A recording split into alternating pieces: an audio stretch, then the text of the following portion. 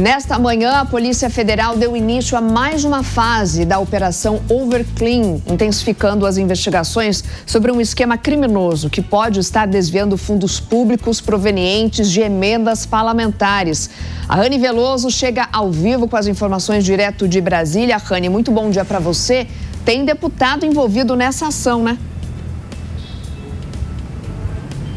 Tem sim, Soraya. Bom dia a você e a todos que nos acompanham ao vivo direto de Brasília. Está confirmado, de acordo com fonte da Polícia Federal, o deputado Félix Mendonça Júnior, do PDT da Bahia, é um dos alvos da operação de hoje, da 9ª fase da Overclean, que tem como objetivo desarticular uma organização criminosa que atua no desvio de emendas parlamentares. Os 9 mandados de busca e apreensão que foram expedidos pelo Supremo Tribunal Federal estão sendo cumpridos aqui no Distrito Federal e também na Bahia, nos municípios de Salvador, Vera Cruz e Mata de São João.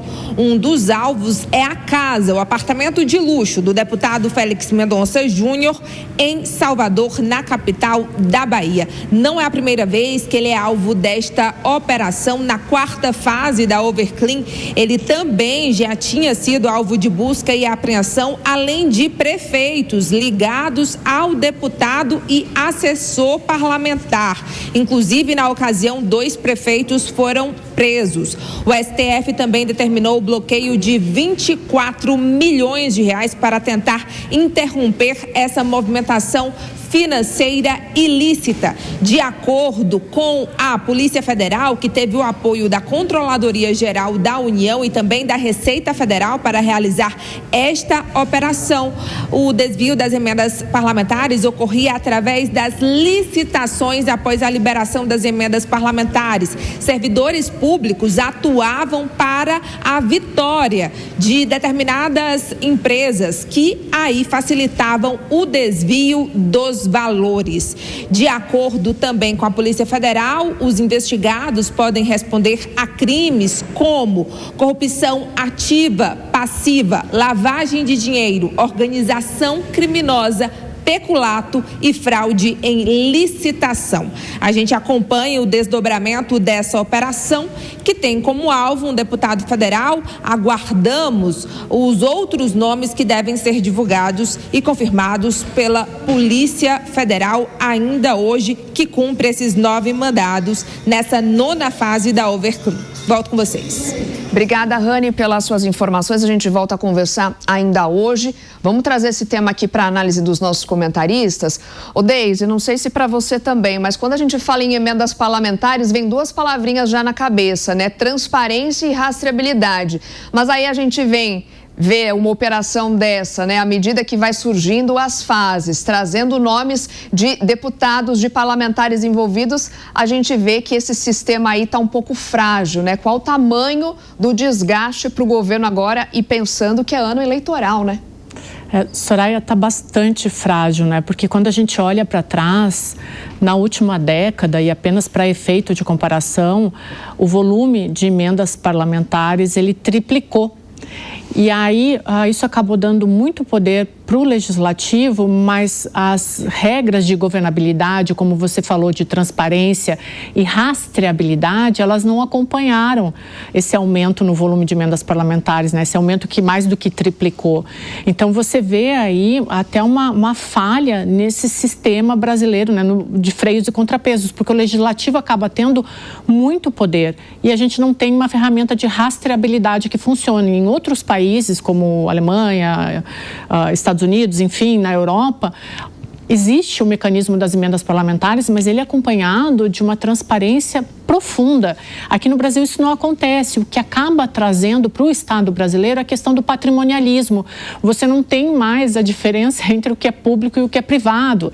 Então, o agente público que recebe essas emendas parlamentares, ele acaba utilizando em benefício próprio e não em benefício da população, como deveria ser. E aí tem esse desequilíbrio entre os poderes e entre essa rastreabilidade, isso acaba provocando um caos na política brasileira.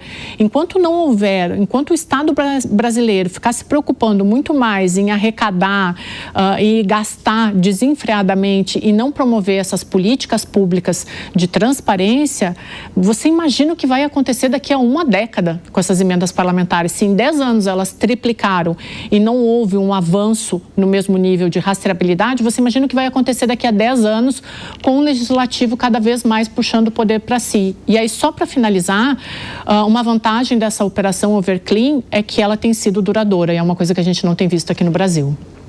O Diego Tavares, a partir dessas ações, dessas operações, será que dá para a gente vislumbrar um controle maior nesse cenário e, quem sabe, até a não participação de políticos?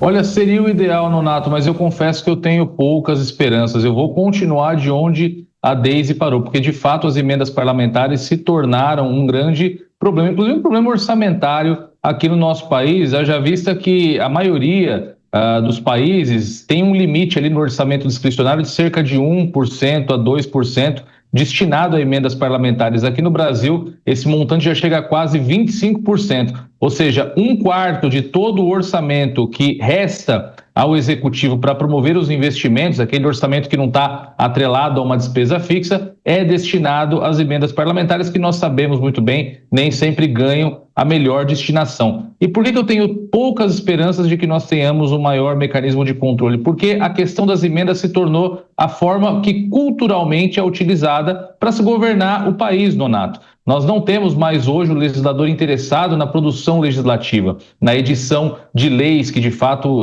vão ao encontro dos problemas das pessoas. Hoje há uma fórmula muito simples para que um político se perpetue no poder, que é se tornar um despachante de recursos para sua base eleitoral. A grande função da maioria dos deputados, salvo honrosas exceções, é ficar lá no parlamento pedindo dinheiro de emenda para levar emenda para sua base. O prefeito vai lá, monta um palanque bem bonito para apresentar a pracinha, para apresentar o campinho, a ambulância que esse dinheiro de emenda propicia a esses municípios. E com isso nós fazemos um ciclo de perpetuação dos políticos no poder, porque o prefeito faz o palanque para o deputado, esse mesmo deputado ajuda o prefeito a se reeleger, quando não, trocam as suas posições políticas dentro da estrutura política brasileira e assim a coisa segue sem que nós tenhamos a renovação. Então as emendas se tornaram o grande ingrediente dessa receita para que políticos não se alternem no poder, para que os mesmos estejam sempre nos postos de poder. Então é muito complicado a gente vislumbrar a possibilidade de uma alteração do cenário, principalmente porque a fome dos parlamentares por valores de emenda só cresce. Nós nunca acompanhamos a redução desse valor nos últimos anos, como muito bem lembrou a Deise, e isso é algo que tem que ser objeto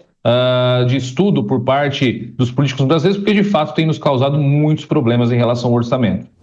Já mais análises para você aqui no Jornal da Manhã.